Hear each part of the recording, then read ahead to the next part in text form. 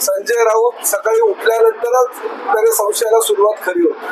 त्यामुळे संजय राऊतांनी दुसरे आपले मित्र म्हणजे राऊतांवर तरी संशय व्यक्त करू नये असं मला वाटतं. त्यामुळे हा काही झाला राजकारणाचा भाग, परंतु काही कौटुंबिक विषय असेल तर त्या कौटुंबिक विषयावर न बोलणं योग्य.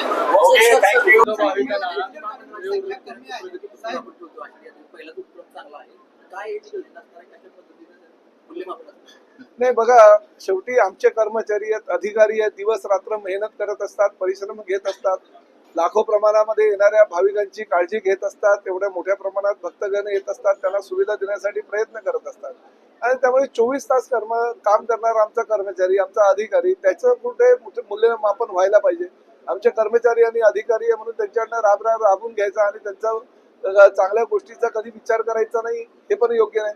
जर चुकीचं काय केलं तर आम्ही आमच्या पद्धतीनं त्यांच्यावर कारवाई करतो, पण चांगलं जर केलं तर त्यांचं कौतुक करण्याची जबाबदारी सुद्धा एसटी महामंडळाचा अध्यक्ष म्हणून माझी आहे.